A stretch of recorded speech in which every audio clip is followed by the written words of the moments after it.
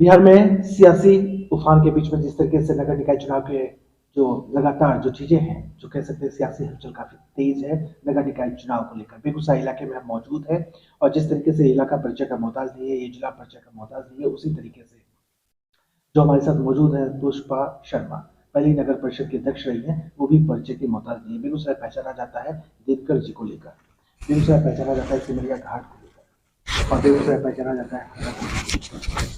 आज उसी हरकोठी में मौजूद है और बात कर रहे हैं पुष्पा शर्मा से। अपने पहले कार्यकाल में जिस तरीके से इन्होंने विकास की लकीर को खींचा, बेगूसराय में काबिल तारीफ रहा, और आज बेगूसराय जिस मुकाम पे आया उसमें बड़ा योगदान रहा पुष्पा शर्मा का। हम उसी हरकोठी इलाके में मौजूद हैं, घर में मौजूद हैं और पुष्पा शर्मा के आवास में मौजूद हैं। जनता के पीछे जनता का आशीर्वाद जो है उनके साथ आ रही है, जनता का आशीर्वाद पुष्पा शर्मा के साथ खूब चला है। पुष्पा जी जनता से बात की और लगातार बात की है, आपको बधाई दें क्या? पहले तो मैं आपको धन्यवाद दूं और तमाम जनता को नमस्कार है।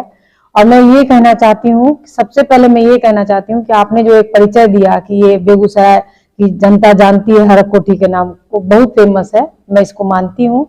और मैं इस चुनावी जो ये मैदान है अभी मैं इसलिए उतरी हूँ कि मैं जनता का सेवा कर सकूं। मैं पहले भी नगर परिषद की अध्यक्ष रह चुकी हूँ और उस समय भी मैंने जो 4 साल कार्यकाल किया है, जनता उसको देखी है, समझी है।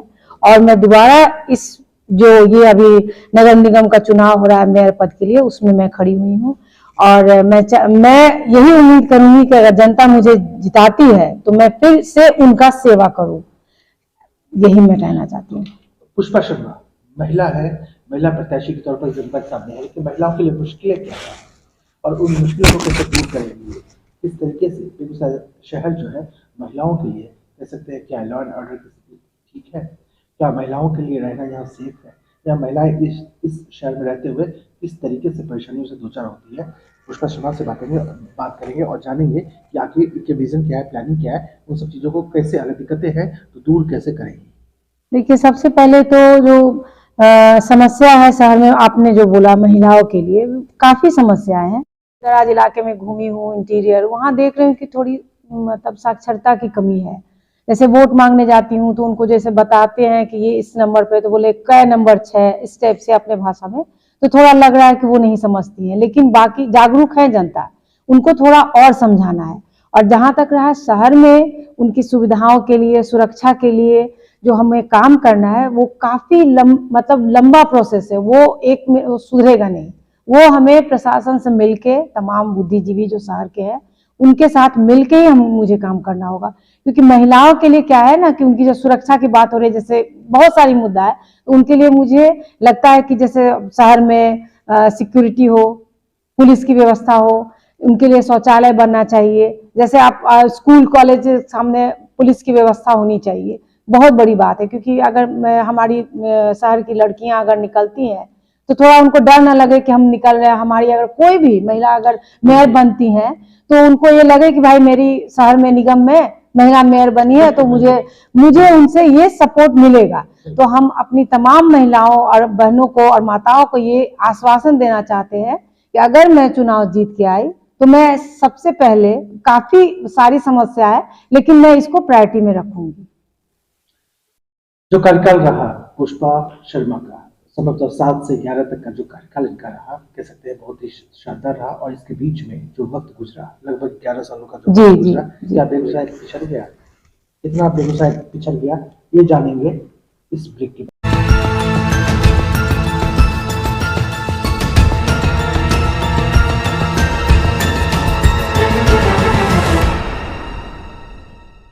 बेगूसराय इन 11 सालों में कितना विकास कर पाया, कितनी उन्नति कर पाया, क्या ये विकास के जो रफ्तार रहे क्या थम से गए? पुष्पा शर्मा जानेंगे 7 से 11 तक का कार्यकाल रहा। 11 सालों में बेगूसराय में क्या देख रही है आप? जी, मैं पिछले 11 साल में जो हमारे 2 मेयर रह चुके निगम में, मैं कुछ नहीं देख रही हूँ। न कोई एक स्टेडियम बना है, न कोई पार्क है, और रोड की तो आप पूछे ही नहीं। जनता के बीच में आप खुद ही जाके देख लीजिए, आप बेगूसराय शहर खुद घूम रहे हैं, रोड तो है ही नहीं। तो बहुत ही परेशानी है जनता को। और निगम बन चुके हुए 11 साल हो गए, करीब और कोई सुविधा नजर ही नहीं आ रहा है। तो आप अगर हमारे जनता से भी जाके पूछिए कि उनको क्या मिल रहा है नगर निगम की तरफ से, कोई सुविधा है ऐसा? और आप टैक्स देते हैं, जनता, हमारी जो जनता है वो टैक्स देती है, तो क्वेश्चन करती है, हम घूमते हैं तो वही पूछती है कि हम क्यों टैक्स दे आपको, ना आप हमें कोई सुविधा दे रहे हैं रोड का, ना नाला ठीक है, ना ढक्कन टूटा हुआ है, ना कोई महिलाओं को सुविधा मिल रहा है। एक हमारे घर के ठीक सामने एक स्कूल है, वहां अगर बच्चे स्कूल से निकलते हैं तो इतना ज्यादा जाम हो जाता है कि वहां उनको निकलने में, घर पहुंचने में ही लगता है 1 घंटा। तो ये सब बहुत बड़ी समस्या है, सबको देखना पड़ेगा हम लोग। प्लानिंग क्या है, विजन क्या है पुष्पा शर्मा का? महिलाओं के लिए तो बात किया हमने, युवाओं के लिए क्या सोचती हैं आप? युवा भारी संख्या में वोट करने वाले हैं, बुजुर्गों के लिए क्या प्लानिंग है इनकी? एक एक बात हम जानना चाहेंगे, एक एक काम युवाओं के लिए, बुजुर्गों के लिए क्या करना चाहेंगे आप? देखिए, सबसे पहले तो मैं युवाओं के लिए ये बोलूंगी कि उनको तो रोजगार की व्यवस्था, अगर सरकार की तरफ से कोई स्कीम मिलता है हमें, तो मैं जरूर उनके साथ हूँ और उनको जरूर लागू करूंगी। और दूसरा, वृद्धा जो लोग हैं उनको वृद्धा पेंशन मिलना चाहिए, उनको जो उनकी उनकी जो मूल सुविधा है वो उनको मिलना चाहिए। और तीसरा, जो अगर आप सुविधा नहीं दीजिएगा, जैसे आप फर्स्ट बोल रहे हैं ना कि क्या करना, विजन क्या है, स्टेडियम बनना चाहिए, पार्क बनना चाहिए। अगर हमारे बच्चे स्कूल के जो है, अगर स्कूल से निकलते हैं तो उनको कहीं घूमने का कोई व्यवस्था ही नहीं है, नहीं कोई ट्रैक है जो दौड़ सके, कोई व्यवस्था नहीं है। अगर पूछा जाए तो इस शहर को, अगर मेरे हिसाब से, मैं अपना खुद बोल रही हूँ कि इस शहर को अगर खूबसूरत बनते दिखना है हमारी जनता को, तो ये 15 वर्ष लगेंगे इसको ठीक होने में। बिल्कुल, क्योंकि लोकतंत्र है, लाजमी सी बात है, सबके सवालों को रखना होगा, जो इनके समर्थक हैं उनके सवालों को भी रखना होगा, और जो इनके विपक्षी हैं उनके सवालों को भी रखना होगा। जी, तमाम लोगों के सवाल भी आए। कुछ लोगों ने कहा भी कि अपना ज्यादातर वक्त पुष्पा शर्मा बाहर व्यतीत करती है, दिल्ली में व्यतीत करती है। अगर मेयर जनता ने आशीर्वाद दिया तो कैसे यूटिलाइज होगा, कैसे लोगों के काम होंगे? बेबाकी के साथ पुष्पा शर्मा सब तमाम सवाल पूछ रहे हैं और बेबाकी से जवाब भी दे रही है। क्या इन बातों में? बहुत ही अच्छा प्रश्न है। मैं 4 साल जो काम की, 4 साल के लगभग मैंने जो कार्य किया, उस समय जनता मुझे देख चुकी है।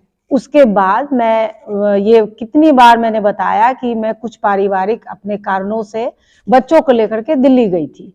और पारिवारिक कारण क्या, जो घर में होता है, एक माँ हूँ, बच्चों को पढ़ाना है, उसके कारण मैं गई थी। हाँ, राजनीति से मैं दूर जरूर रही, लेकिन वो जो कार्यकाल मेरा रहा, मैं उसमें, चूंकि मैं जिस फैमिली से बिलोंग करती हूँ, थोड़ा था इसमें कि आप रात को नहीं निकल सकते, आप मिल नहीं पुष्पा सकते। शर्मा के जो सवाल रहे हमारे जरिए, उसके जवाब मैं भी दे देता हूँ।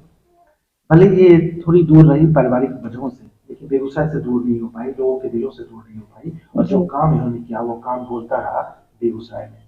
जनता से भी हमने बात किया और लगातार हमने बात की, ये सवाल निकल गया इसलिए हमने पूछा भी, लेकिन जनता इनके साथ है, जनता की हमदर्दी इनके साथ है, उनके किए गए कार्य, जो काम है उसको लेकर जनता को ये विश्वास है कि इनको मौका मिला तो इस पर पक्के तौर पर बेगूसराय में सूरत हाल बदलेगा।